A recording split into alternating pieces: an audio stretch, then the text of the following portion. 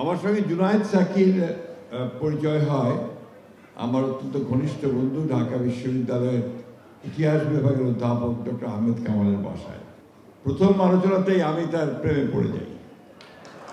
এই জন্য এই তরুণ মুখে তরুণ যুবকের মধ্যে সেদিন আমি যে স্বপ্ন দেখেছিলাম এবং যে দৃঢ়তা দেখেছিলাম সে সত্যিকার অর্থেই বাংলাদেশে একটা পরিবর্তন করতে চায়। আমি আজকে তাকে আন্তরিকভাবে ধন্যবাদ জানাতে চাই এবং আপনাদের সংগতির সকল নেতাকর্মীকে আন্তরিকভাবে অভিনন্দন শুভেচ্ছা জানাতে চাই যে আপনারা জুনায়েদ সাকির নেতৃত্বে বহুদূর এগিয়েছেন এবং আমি বিশ্বাস করি আপনারা সামনের দিকে আরও সাফল্য লাভ করতে পারবেন। আমাদের এবি পার্টির মঞ্জু সাহেব একটা চ্যালেঞ্জ করেছেন, আমি এই চ্যালেঞ্জটা অ্যাকসেপ্ট করেছি। এই জন্যে যে আমি সবসময় মনে করি আমাদের গত কয়েক বছরের একসাথে কাজ করা যে একটা ঐক্য তৈরি হয়েছে এবং আমাদের মতো বৃদ্ধ এবং তাদের মতো কি বলবো তরুণ এবং আরও তরুণ যারা আছেন তাদের মধ্যে কিন্তু একটা কাজের সংহতি তৈরি হয়েছে, এ ব্যাপারে কোনো সন্দেহ নেই। গত যে আন্দোলন যে উত্থান সেটা তাই প্রমাণ হয়েছে।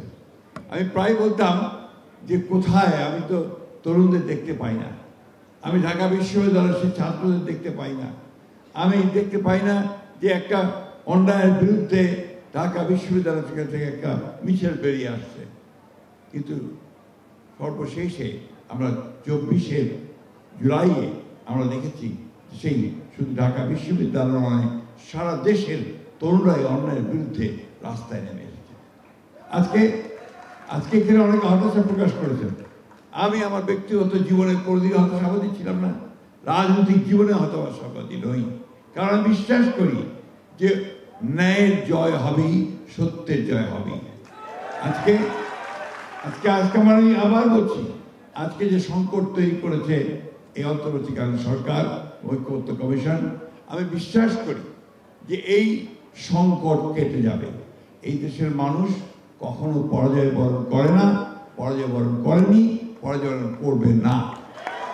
প্রিয় বন্ধুগণ, আমাদেরকে সবসময় একটা কথা মনে রাখতে হবে যে এই দেশটা আমাদের, এই মানুষগুলো আমাদের, এবং তাদেরকে ঐক্যবদ্ধ করে আমাদের সমস্ত যে চক্রান্ত, সমস্ত যে আপনার ষড়যন্ত্র আমাদের বিরুদ্ধে হচ্ছে তাকে পরাজিত করতে হবে। এখানে আমরা বিভিন্ন দল করতে পারি, বিভিন্ন মত থাকতে পারে, বিভিন্ন পথ থাকতে পারে। একটা বিষয় আমরা সবসময় এক ছিলাম, বাংলাদেশের ব্যাপারে সবার আগে বাংলাদেশ, এ ব্যাপারে আমাদের কোনো সন্দেহ নেই। আমি একটা কথা বলে শেষ করবো, সময় নেই, কারণ আপনার নামাজের সময় হয়ে গেছে, আবার আরেকটা প্রোগ্রামে যেতে হবে আমাকে। আমি শুধু একটা কথাই বলবো, সরকারের কাছে আহ্বান থাকবেন, যা হওয়ার হয়ে গেছে আপনারা দয়া করে ওই সমস্যাগুলো সমাধান করে যাতে সবাই একসাথে আমরা নির্বাচনের দিকে যেতে পারি, এই সমস্যার সমাধান করে আমরা জনগণের কল্যাণের জন্য কাজ করতে পারি, সেই পথে গিয়ে চলুন।